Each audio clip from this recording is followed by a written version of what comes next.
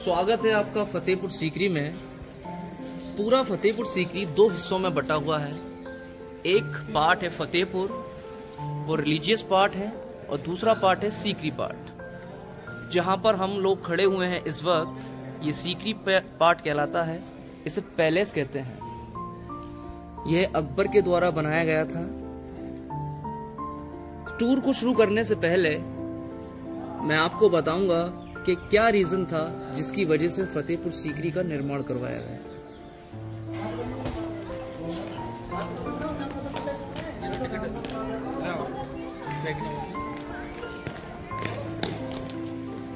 चलते चलते बनना होगा। चलिए ठीक है।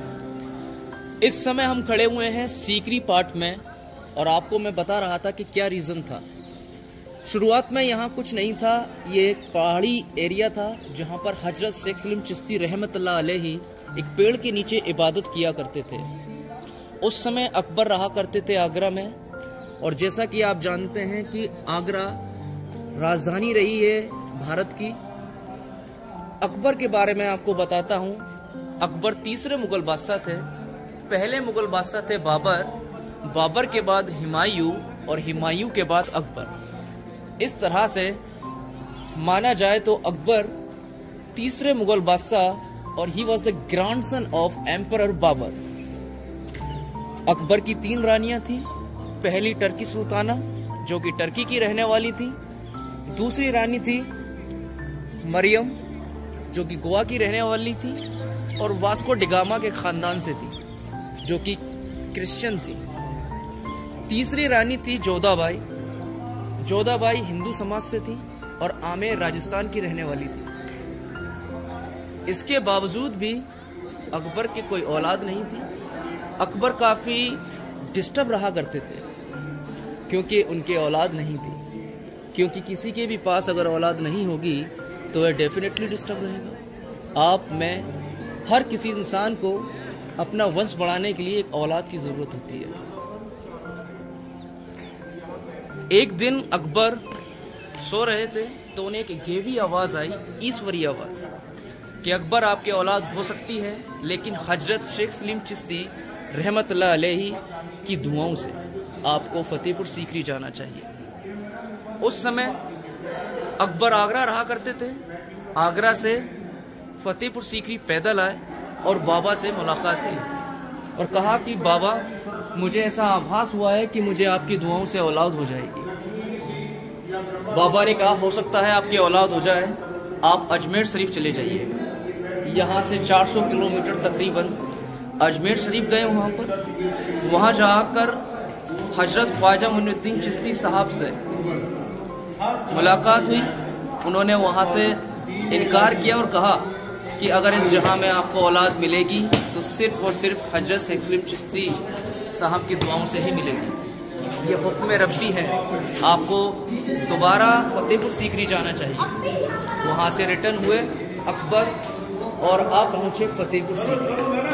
आकर बाबा के कदमों में गिर गए और कहा, बाबा, मुझसे कोई गलती हो गई हो तो उसके लिए माफ़ी अता फरमाएं, और प्लीज़ मेरे हक में दुआ कर दीजिए ताकि एक पुत्र की प्राप्ति हो जाए।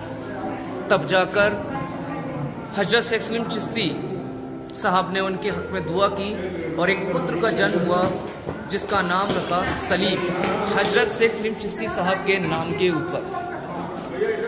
इस पुत्र का जन्म जोधाबाई से हुआ था।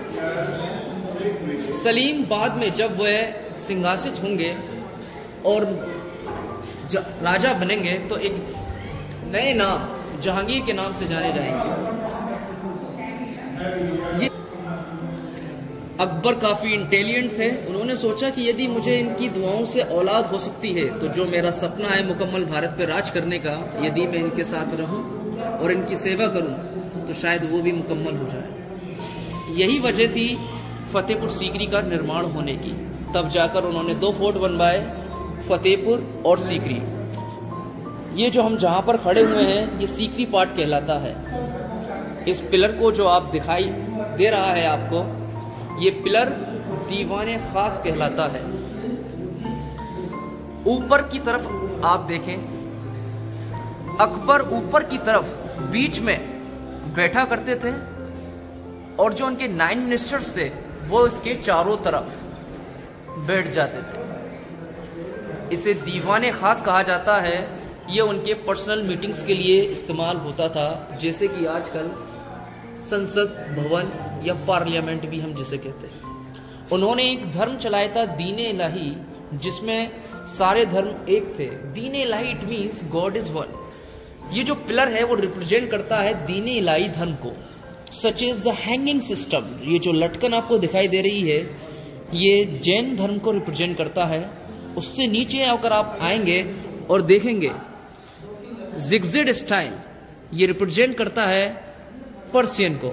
उससे नीचे अगर आप देखें arc system, that is the Catholic. उससे नीचे अगर आप देखेंगे तो हिंदुइज्म, और उससे नीचे बुद्धिस्ट, और सबसे नीचे इस्लाम। एक सुराही नुमा जो आकृति बनी हुई है वो रिप्रेजेंट करती है इस्लाम धर्म को। अगर आप इसे माने तो ये एक यूनिटी का सिंबल है। ये आप देख रहे हैं पंचमहल, ये 5 स्टोरी बिल्डिंग है। आप जैसा कि जानते हैं when the height is grow up so wind come very fast. वो इस बिल्डिंग को एज ए हवा महल समर के टाइम में ठंडक लेने के लिए इस्तेमाल किया करते थे। And they use this building to take a candle light और moon light dinner at the top at the night time. अगर आप इस तरफ इसका टॉप व्यू देखें, ये टॉप व्यू अगर आप देखें तो ये बड़ा गेम कहलाता है Chaupar. It's just like a ludo game. 1 2 3 sided and that is a 4th side. गोट बहुत छोटी हुआ करती थी, तो they are replace with the 16 girls in a 4 different colour for each side. Dice का इस्तेमाल किया करते थे। डाइस को फेंका 1 2 3, अकॉर्डिंग टू दैट जो भी पासे में आता था उसके अकॉर्डिंग लड़कियां मूव किया करती थी, क्योंकि गोट खुद व खुद उठकर नहीं आ सकती थी। इस तरफ अगर आप देखें, that is a Islamic school, Urdu name is madrasa. यहाँ पर उनके फैमिली गर्ल्स पढ़ा करती थी। अगर आप इसे ऊपर की तरफ देखें, ये जो आपको ऊपर का भवन दिखाई दे रहा है इसे लाइब्रेरी कहते हैं। They are the some racks to arrange the book in their order like a Quran Sharif and the 30 पारास ऑफ दैट बुक।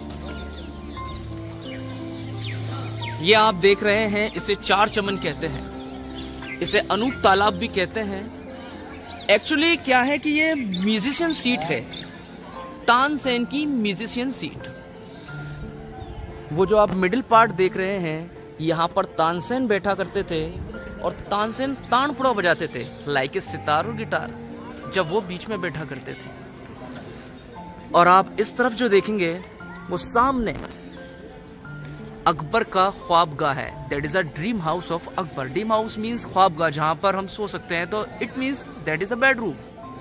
वहां बैठकर ये सारा दृश्य देखा करते थे।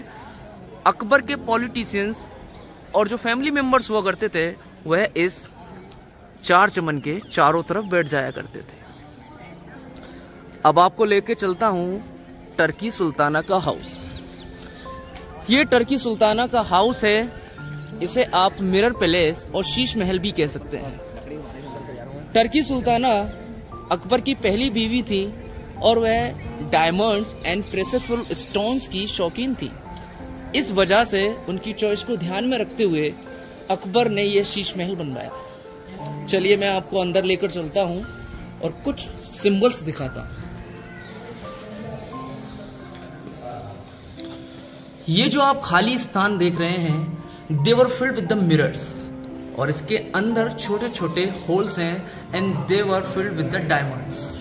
इस तरह से इसे हम शीश महल कहते हैं। ये काफी कॉस्टली था, इस वजह से ये थोड़ा सा छोटा है। जैसा कि आप ये देख सकते हैं, ये जिगजेड स्टाइल है, ये पर्शियन शो को रिप्रेजेंट करता है, ये पर्शियन स्टाइल है। इसी तरह से अकबर ने कोई भेदभाव नहीं किया है और आपको पूरे फतेहपुर सीकरी में अलग अलग डिजाइन के आर्किटेक्चर देखने के लिए मिलेंगे। चलिए चलते हैं हम दूसरी तरफ। ये रोज वाटर कंटेनर कहलाता है। ये एक्चुअली अंडानुकार आकार में था, ओवल शेप में था, इस तरह से पूरा कंप्लीट था। 450-500 साल पुरानी बात है। आधा हिस्सा टूट चुका है, बाकी के आधे में जो आप पुराना हिस्सा देख रहे हैं ये पुराने टाइम का है और जो नया नया पार्ट दिखाई दे रहा है इसे ASI द्वारा मेंटेन किया गया है। वह इस गोले का इस्तेमाल रोज वाटर के लिए किया करते थे। यहाँ रोज वाटर रखा जाता था जिसका इस्तेमाल वे फेस वॉश और नहाने के लिए किया करते थे। आइए चलते हैं हम।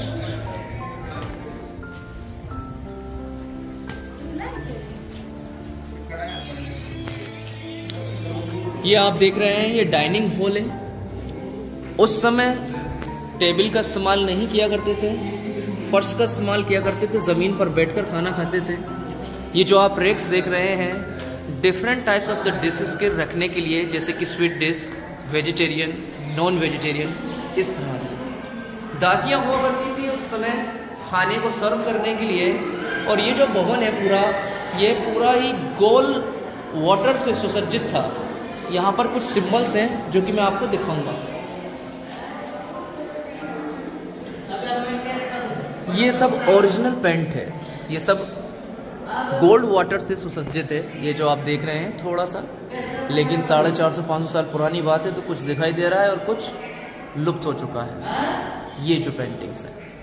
आइए अब हम चलते हैं अकबर के बेडरूम में। अकबर ने शाहीनेस दिखाने के लिए अपना बेड थोड़ा ज़्यादा ही ऊंचा बनवाया। उसका रीज़न यही था, अगर आम लोगों की तरह अगर बेड बनवाता तो उसकी शाहीनेस सारी ख़त्म हो जाती। ये जो आप देख रहे हैं यही अकबर का बेडरूम है। ये काफ़ी बड़ा है और ये ईस्ट डायरेक्शन में सिचुएटेड है, जहाँ पर वो first ray of the sunshine ले सके। And it was fully decorated with that mattress and curtains, everything was there. ऊपर चढ़ने के लिए आर्टिफिशियल स्टेप्स हुआ करती थी, लकड़ी की बनी हुई थी, जो समय के साथ साथ गल गई और फेंक दी गई।